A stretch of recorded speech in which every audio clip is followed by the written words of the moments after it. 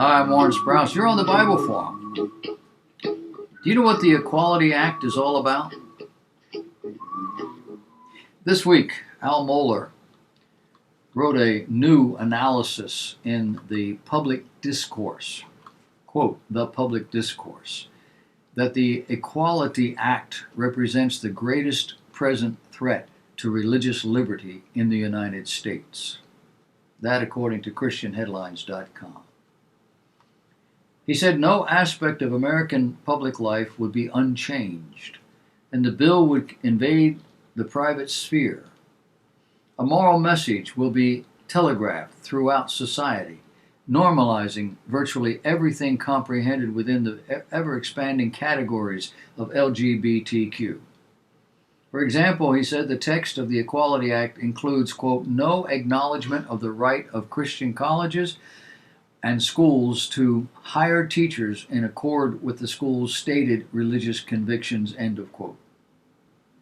Further, religious colleges and universities, Mohler said, would be forced to, quote, allow same-sex couples to live in student housing, end of quote.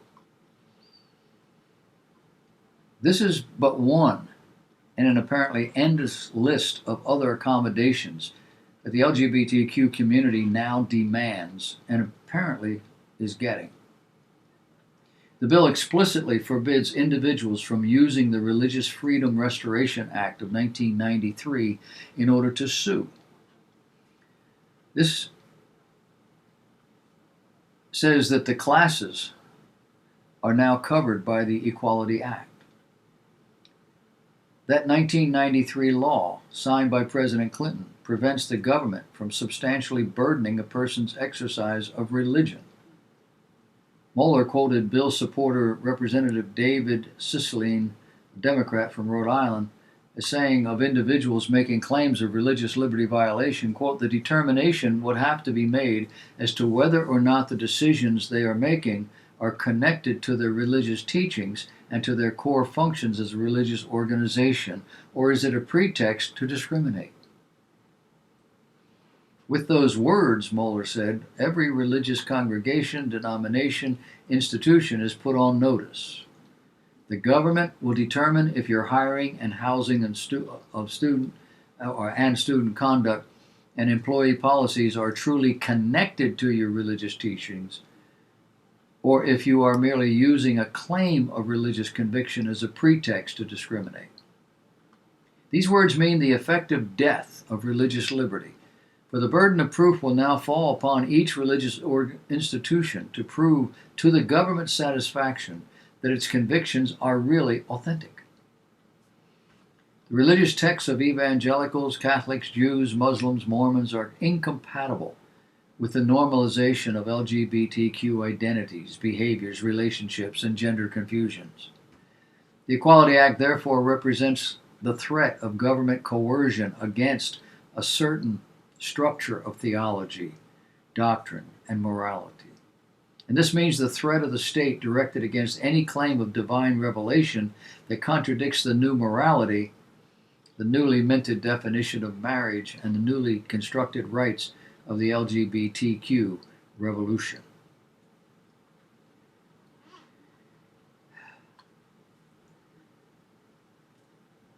Milton Quintella, writing for the ChristianHeadlines.com, says that about 57 pastors of color across the U.S. have signed an open letter to the Senate Committee on the Judiciary urging them to oppose the Equality Act. The committee is set to hold hearings on the Equality Act Wednesday morning. The letter was issued on behalf of the AND, A-N-D, campaign, a Christian coalition that educates and organizes Christians for civic and cultural engagement. They write, quote, we are writing to express our support and appreciation for the efforts to more fully provide the LGBTQ community with civil and human rights protections. Far too long, the community has endured mistreatment in American society, including within parts of the church. We regret and lament our collective misdeeds and omissions in that regard. While we maintain the historic Christian sexual ethic, we want to clearly state our support for federal protections for LGBT persons in employment, housing, and the like. We're committed to embracing and advocating for those safeguards. However, regarding the Equality Act, the leaders contended that the legislation falls short of, quote, the standard necessary to cultivate a healthy, pluralistic society, end of quote.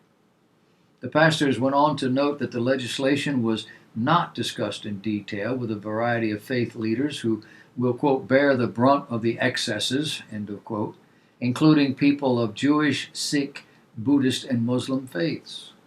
The letter continues by highlighting that the Equality Act removes the rights for religious organizations to function in accordance to the tenets of their faith, while permitting LGBTQ rights to be used as a sword against faith institutions rather than a shield to protect the vulnerable. Additionally, the leaders point out how the Equality Act would likely revoke federal security, disaster relief, and school lunch money from thousands of religious schools, would likely end federal partnerships with thousands of faith-based programs that serve the most vulnerable, would likely revoke the Pell Grant and federal loan eligibility for tens of thousands of students that attend hundreds of religious colleges, would tend to convert houses of worship and other religious properties into public accommodations and meshing them in constant litigation. In closing, the pastors proposed the Fairness for All Act as an alternative to the Equality Act because LGBT rights and religious liberty would both be protected. Black and brown Christians, they wrote, worked too hard for the Civil Rights Act to have it revised in ways that would take away basic rights and funding from our communities. The Equality Act needlessly pits the concerns of diverse communities against each other. So we therefore call upon you to support the Fairness for All Act and allow for a full debate and vote on the legislation. Amongst the signers of the open letter included Pastor A.R. Bernard of Christian Cultural Center in New York, Pastor Charlie Dates of Progressive Baptist Church in Chicago, and campaign president Justin Giboney and former NFL star Benjamin Watson. Oh, and 77% of Protestant pastors believe gender change to be wrong. ChristianHeadlines.com is reporting that an overwhelming majority of evangelical pastors believe it is morally wrong for an individual to change genders.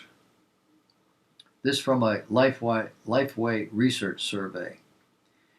The poll of 1,007 Protestant pastors found that evangelical pastors are more than twice as likely to agree that it is morally wrong to change the gender you were born with through surgery or taking hormones. A full 90% of evangelical pastors, but only 37% of mainline pastors agreed with that statement. You do know why, right? Evangelical pastors believe the Bible. Mainline pastors, maybe, maybe not. Among all Protestant pastors, 77% believe it's morally wrong to change gender through surgery or hormones. 96% of them are Pentecostal, 94% of them are Baptists, followed by 75% of the Christian/Church of Christ pastors, 69% of Lutherans, 48% of Methodists, 49% of Presbyterian Reform. The survey also asked Protestant pastors if they believed it was morally wrong for an individual to identify with a gender different than that in which they were born, an identification that does not necessarily include surgery or hormones. On that latter question, 72% of Protestant pastors agreed with the statement. It's wrong. Among various traditions, 90% Pentecostals, 89% Baptists, most likely to agree. Christian Church of Christ pastors, 69, Lutheran 60, Presbyterian Reform 45, Methodist 43.